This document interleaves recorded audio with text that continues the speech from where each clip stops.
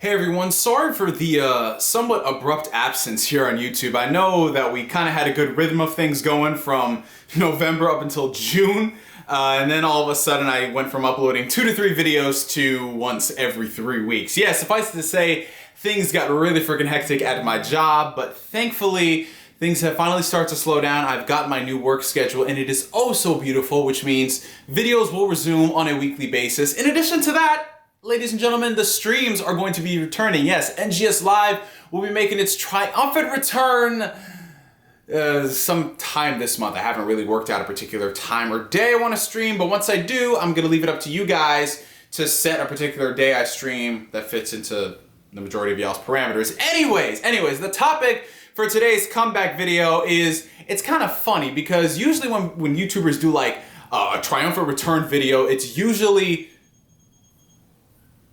something familiar. Do y'all hear that? Where's that coming from? Oh shit, it's my phone. Well, I sure hope somebody picks it up because I fucking called it! Oof, the topic for today's video, ladies and gentlemen, we are talking about Final Fantasy 15, aka Fraudulent Fantasy 15, aka Royally Fucked Up Edition. This video is a long time coming. Every single time I talk about this game, it's just, I feel further vindicated. I have had to deal with, and by the way, I'm gonna be 110% petty in this one, so if you guys don't like that type of behavior, just click off right now. Correct me if I'm wrong, but I remember 2 years ago when I made my final impressions video on Final Fantasy 15, I got a lot of flack from people saying, oh, you don't know what you're talking about. You don't understand game development. You're so ungrateful. You should be thankful that Square Enix put out the game anyway. And then when I made the video about them coming out with their second season pass and they're selling you content for stuff that should have been in the game in the first place, I had to hear from people say, oh, you don't know what you're talking about. You don't understand game development. Square Enix is doing this from the bottom of their heart. And here we freaking are. Not even a year out from the announcement of that second season pass, Square Enix has canceled 75% of the DLC. In addition to that, they've also canceled the standalone Comrades expansion thing for PC as well. I believe that was the multiplayer component. It's getting a standalone release on PS4 X1, but it's not coming to PC. In addition to that, all the updates and support for PC is going to cease as of now. Ooh, good golly, Miss Molly. Now, who said that this game was a tragedy? Who said that this game was going to set a bad precedent for the company? Who said that if you continue to blindly support this game, it's going to be a wake-up call to Square Enix that they can keep doing stuff like this? Well, thankfully, we don't have to worry about that anymore because Square Enix is done with Final Fantasy 15, or should I say Fraudulent Fantasy 15. This, honestly, I know a lot of people are pissed off about this. They're pissed off at the fact that they're not going to be getting the DLC for the other characters and the stories of, you know, things that should have been in the main game in the first place. But I see this as a blessing in disguise because this means that Square Enix learned literally nothing from the release of Final Fantasy 15, and I am so thankful for that because this company was seriously ready to milk this game into existence. They were going to take a single-player game and turn it into a games as a service title. This was going to be the best ongoing game. Like, you know how that's a category at the Game Awards? How they have best ongoing game, PUBG, Fortnite. Who still plays PUBG? Like those type of games. We were going to see Final Fantasy 15 on there because every year they were going to sell you back stuff that should have been in the main game. But regardless of that, let's talk about some other things surrounding the game. Some major things, like outside of the DLC being canceled. Hajime Tabata, the director for the game for like the second half of it, has not only left the project, but he's left the company entirely. He's off doing his own thing. The studio itself is moving on to do another project. I assume it's going to be Final Fantasy 16, unless they're being shuffled around and doing other stuff. The company as a whole has reported a loss of 33 million. I don't know if it's $33 million or 33 million yen. I assume it's dollars. And it's just so funny when you think about it because every single thing that I've been saying for years upon years about the way Square Enix has managed things from top down, from game development to the boardroom and what they do over there is a disaster waiting to happen. And lo and behold, here we are, like where they literally cannot continue making the game because it couldn't turn a profit. Oh, that's another thing that a lot of people wanted to argue with me about. They were saying that, oh, it doesn't matter what you think. The game sold 8+ million copies. So of course it turned a profit. Did it though? Did it turn a profit? Because if a game like that turned a profit, wouldn't you think they'd be pumping out more content for it? If the game was making all this money from the numerous times that it's went on sale, and this went on sale as low as $15, wouldn't you think that the company would still be putting out stuff for it? I mean, they had already ginned up a second season pass. Or maybe the game just didn't make as much as people thought. Now here's the thing, let's dissect this 8.4 million copies shipped, right?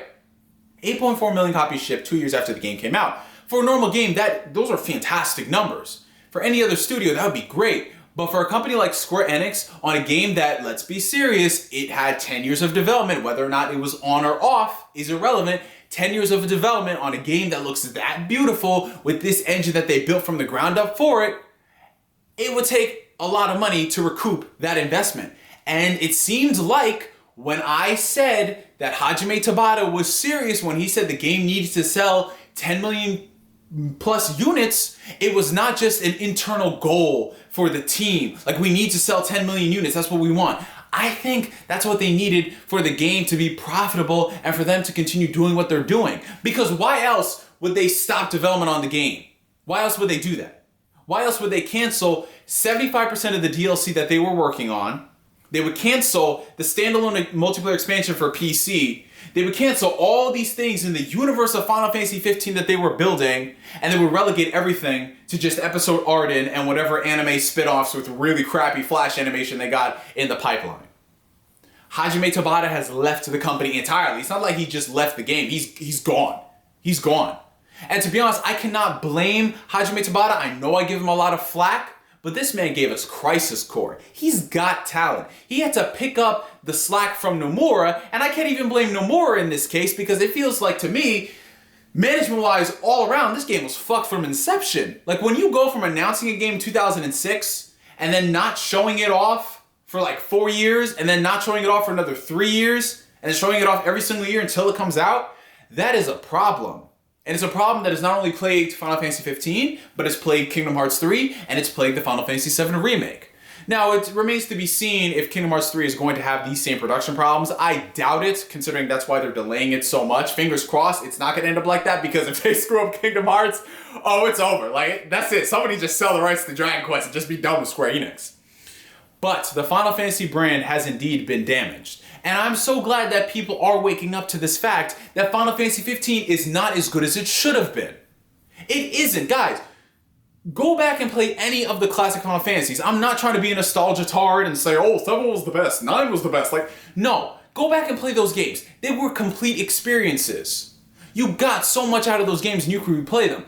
Final Fantasy 15 has some good things about it. Some of the characters are likable enough.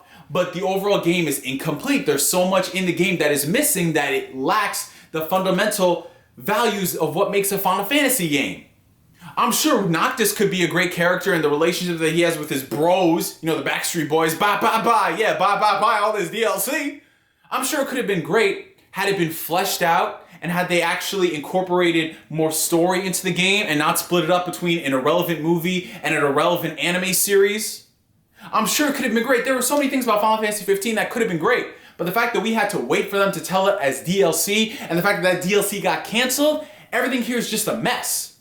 It's a mess. The entire existence of Final Fantasy 15, from its inception to now, is predicated on wait till they fix it. Wait till they fix it. So you spend $60 on this game, you spend $30 on the season pass, you were going to spend another $30 on the season pass, so how much money you got to spend for this game to be complete? Close to $200?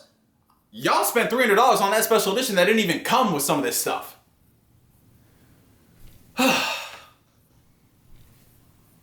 What else is there to say? Other than I was right, y'all were wrong, you can call me Commander Petty all you want, but at the end of the day, Final Fantasy 15 is not complete. And somebody just texted me, who was it? Oh, it's my girlfriend. We're gonna go see Bohemian Rhapsody in an hour. Long live Freddie Mercury. Anyways, from me to you for now, my name is NGS signing out. And like always, I catch you guys later. Peace. Y'all motherfuckers were really gonna buy an episode Arden when we don't know nothing about this nigga? Really?